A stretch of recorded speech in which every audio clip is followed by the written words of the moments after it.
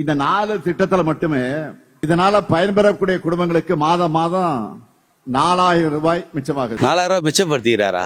அப்படி என்னத்த மிச்சப்படுத்திட்டாரு அவரு? திட்டம் போட்டது பூரா அவர் குடும்ப சொத்து ஏறுறதுக்கு தான் திட்டம் போட்டாரே தவிர மக்கள் வாழ்றதுக்கெல்லாம் எந்த திட்டமும் போடல. திட்டம் போட்டோன்ற பேர்ல அவங்க செஞ்ச மகா சாதனை என்னன்னா, எங்க கிட்ட இருந்து பஸ் பேர் வந்து 10 ரூபாய் இருந்த பஸ் பேரை 29 ரூபாய் ஆக்கி லேடிஸ்க்கு இலவச பஸ் கொடுக்குறன்ற பேர்ல டீலக்ஸ் பஸ்ன்னு ஒன்று விட்டு 40 ரூபா பிடுங்கினது தான் மிச்சம். அப்புறம் அந்த 1000 ரூபா கொடுக்குறன்ற பேர்ல மகளிருக்கு வீட்டு வரி வந்து 4500 ரூபா இருந்தது. எடப்பாடி வந்து ஆட்சியை விட்டு இறங்கும் போது அப்படியே 9000 ரூபா ஆக்குனாங்க. இது அப்படியே 9000 ரூபா ஆக்குனாங்க. அதில் ஒரு 4500 எடுத்துக்கங்க. என்ன கரண்ட் பில்லு, என் வீட்டில் 1500 ரூபாய்க்கு மேலே கரண்ட் பில்லு ஆனதே கிடையாது. 2 ஃபேனு, ஒரு டிவி, 3 டியூப் லைட்டு, ஒரு 0 வாட்ஸ் பல்பு பாத்ரூமுக்கு, அவ்வளோதான். 1500 ரூபாய், 1200 ரூபாய், 1300 ரூபாய்க்கு மேலே ஏறினதே கிடையாது. இன்னைக்கு 2500 ரூபாய் கரண்ட் பில். அதாவது ஸ்லோ பாய்சன் மாதிரி, அப்பப்போ ஸ்லோ பாய்சன் மாதிரி இவ்வளோ ஏற்றிட்டேன்ட்டு ஏற்றி தொலைச்சிட்டீங்க. என்னத்த சாதனை பண்ணாரு? ஓட்டு கேட்டு வந்தாருன்னு வைங்களேன். மக்கள்லாம் அவ்வளோ வெறியில் இருக்கிறாங்க அவங்க பேரில், திமுக பேரில். அவங்க ஒன்றுமே சாதனை பண்ணல. கேட்டால் எப்போ பாரு மோடி மோடி மோடி, பணம் வரல. அப்போ மோடி 19 ஸ்டேட்ல ஆள்றாரு. அங்கெல்லாம் பணம் கொடுக்காம தான் அங்கே ஆள்றாங்களா? அங்கெல்லாம் மக்கள் வாழலையா? நீ மட்டும் தான் இங்கே ஆட்சி பண்றியா? மதசார்பின்மை சொல்றிய. உனக்கு மதசார்பின்மை சொல்றதுக்கு உனக்கு இன்னும் யோக்கியதை இருக்குது? திருப்பரங்குன்றத்துல தீபம் 1/2 லிட்டர் எண்ணெய் ஒரு திரியில முடிய வேண்டிய விஷயத்த ஊதி பெருசாக்கி அந்த ஊர் மக்கள் எல்லாம் அடக்குமுறைன்ற பேர்ல அடக்கி இன்னைக்கு வந்து முஸ்லீமுக்கு வந்து பர்மிஷன் கொடுக்குற.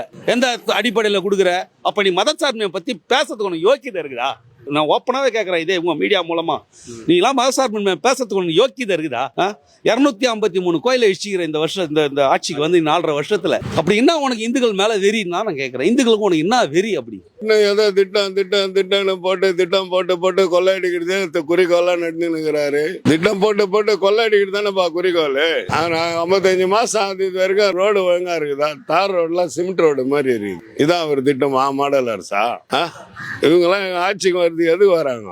அவங்க சுயநலத்துக்கு வராங்க. அவங்க நல்லா இருக்கணும், நிறைய சம்பாதிக்கணும், கோடிக்கணக்கில் சொத்து சேர்க்கணும். அதுதான் அவங்களுடைய ஏம். இங்க மக்கள் என்னன்னா மக்கள்ன்ட்டு அவன் மக்களை தான் சரி பண்ணினுக்கிறான். பொது மக்களுக்கு அவன் எதுவும் செய்யல. சொந்த மக்களுக்கு தான் எல்லாரையும் பிச்சைக்காராக்குறான், கடங்காரனா ஆகி வச்சிட்டான் தமிழ்நாடு. இன்னும் அண்ணாரி வேலை இவனுக்குன்னா சொந்த இடமா? கட்சிக்காரனுங்க இடம் அப்படியே ஏத்துக்கினானுங்களே சொந்தமா. சன் டிவின்னா அவனுங்க சொந்தமா? 93ல் அப்படியே கட்சிக்குன்னு வாங்கிட்டு அப்படியே சொந்தமாக்கினானுங்க. இன்னைக்கு 9-10 சேனலு.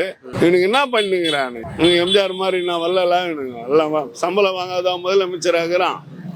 இவனுங்க ஃபுல்லா சம்பளம் வாங்கி கவர்மெண்ட் கிட்ட சாப்பிட்டு ஏப்ப வருதான் இவனுங்கள வேலை. சொம்மானா மக்கள் இன்னும் ஏமாத்துருதான். இன்னும் 4000 ரூபாய் மிச்சப்படுத்திருக்காரு. அதுக்கு பதில் தான் கரண்ட் பில்லு ஏற்றிருக்காரு, வரி ஏற்றிருக்காரு, ரிஜிஸ்ட்ரேஷன் செலவு டபுள் மடங்கு ஆகிருக்கு. எல்லாம் தான் ஏற்படுது. இதில் என்ன உங்களுக்கு ஒன்றும் இல்லையே. இதில் விலைவாசி எல்லாமே ஹையஸ்டாக தான் போயிட்டுருக்கு. இந்த ஆட்சிகளை விட திராவிட மாடல் ஆட்சி சொல்கிறாங்களே ஒழிஞ்சு எந்த இதுவும் பிரயோஜனமே கிடையாது. டோட்டலாக சிஸ்டம் வேஸ்ட். மதவாதமும் பண்ணுறதே திராவிட மாடல் தான் பண்ணுது. கண்டிப்பாக பண்ணுறது எல்லாமே ஒரு சாதாரணமாக எடுத்துக்கிட்டிங்கனாலே இந்துக்கள்னாலே ஒரு தனி இதாகவும், முஸ்லீம் தனி இதாகவும், கிறிஸ்டின் தனி இதாகவும் அப்படி பிரித்து அவங்களுக்கு சப்போர்ட்டாகவே தான் பண்ணுது இந்த அரசு. ஒரு முதல்வர்னா எல்லாருக்கும் சமமானவராக இருக்கணும். ஆனால் அவர் இந்த மாதிரி இல்லை, ஒன் சைடாக தான் இருக்கார். இந்துங்களுக்கு விரோதமாக தான் இருக்கார்.